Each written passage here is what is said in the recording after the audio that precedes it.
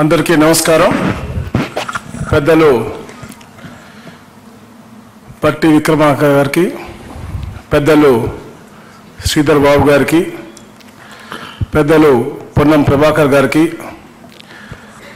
సహచార మంత్రివర్యులు పెద్దలు జనార్దన్ రెడ్డి గారికి, పెద్దలు దుర్గేష్ గారికి, అలాగే వేణుగోపాల్ గారికి అందరికి కూడా నమస్కారాలు. వచ్చేసినటువంటి పత్రికా సోదరులకు కూడా.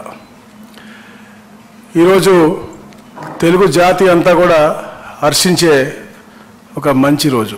ఎందుకంటే ఒక ప్రోగ్రెసివ్ వేలో తెలంగాణ అభివృద్ధి వైపు తీసుకెళ్లాలని లక్ష్యంతో పనిచేస్తున్నటువంటి గౌరవ ముఖ్యమంత్రి గారు రేవంత్ రెడ్డి గారు, అలాగే వారి యొక్క సహచర మంత్రివర్యులందరూ కూడా క్యాబినెట్లో ఎప్పుడైతే మా ముఖ్యమంత్రి గారు చంద్రబాబు నాయుడు గారు ముఖ్యమంత్రి అయిన తర్వాత తప్పకుండా ఏదైతే రీఆర్గనైజేషన్ యాక్ట్లో విషయాలు పెండింగ్లో ఉన్నాయి, రెండు రాష్ట్రాలన్నీ కూడా తెలుగు వారు ఎక్కడున్నా కూడా సుభిక్షంగా ఉండాలనే లక్ష్యంతో చంద్రబాబు నాయుడు గారు పనిచేస్తారు. కాబట్టి ఒక ప్రోయాక్టివ్ వేగా లెటర్ పంపించడం, దాన్ని ఇక్కడ గౌరవ ముఖ్యమంత్రి గారు క్యాబినెట్లో చర్చించి సానుకూలంగా స్పందించి ఈరోజు ఈ సమావేశం ఏర్పాటు చేయటం, సమావేశంలో అన్నీ కూడా కులంకుశంగా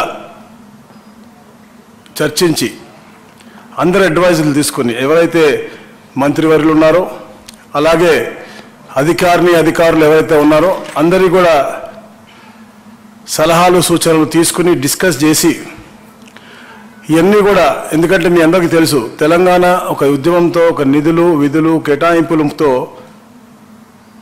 ఏర్పాటైంది, అంటే దాన్ని ఉద్యమం చేసి ఏర్పాటైంది. అలాగే ఆంధ్రప్రదేశ్ అభివృద్ధి వారి యొక్క సెంటిమెంట్లు కూడా చాలా పరిణామం తీసుకుని ఎవరు యొక్క మనోభావాలు దెబ్బతినకూడదు,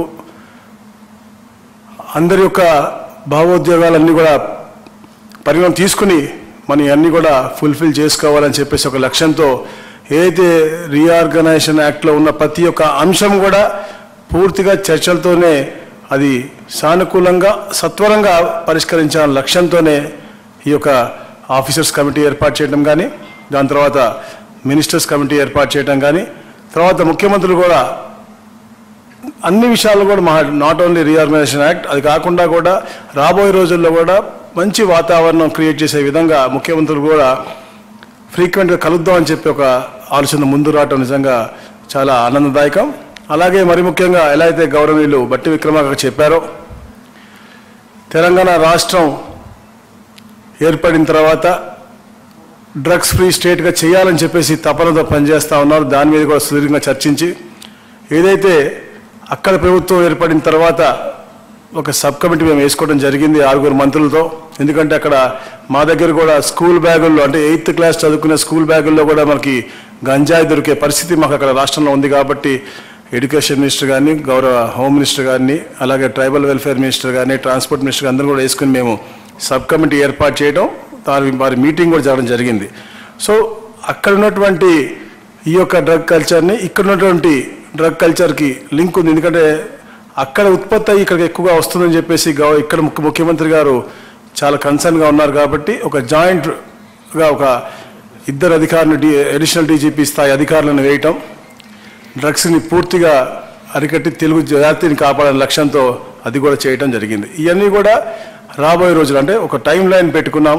2 వారాల్లో తప్పకుండా ఇరు ముఖ్యమంత్రులు కూడా హర్షించే విధంగా ఏదైతే ఈరోజు సూచనలు ఇచ్చారో మంత్రివర్యులందరూ కూడా ఇవన్నీ కూడా తీసుకుని వెళ్ళి ఆఫీసర్స్ అందరూ కూడా కూర్చుని, సిఎస్ గారు కాకుండా ముగ్గురు అధికారులు ఉండి ఒక మంచి స్టెప్, అంటే వే ఫార్వర్డ్ వెళ్ళే విధి విధానాలతో పాటు ఒక మంచి ఇది కూడా తీసుకొస్తారు. తప్పకుండా తెలుగు రాష్ట్రంలో ఉన్న తెలుగు రాష్ట్రంలో ప్రతి ఒక్కరు కూడా హర్షించే విధంగా ఈ యొక్క రీఆర్గనైజేషన్ యాక్ట్లో ఉన్నటువంటి అన్ని అంశాలు కూడా ఇంప్లిమెంట్ చేయడానికి పూర్తిగా ఈ కమిటీస్ కూడా చేస్తాయి. అలాగే వచ్చినటువంటి అన్ని అంశాలు కూడా మళ్ళా మేము చర్చించిన తర్వాత తమరితో మేము అందరం కూడా మాట్లాడతాం. Thank you.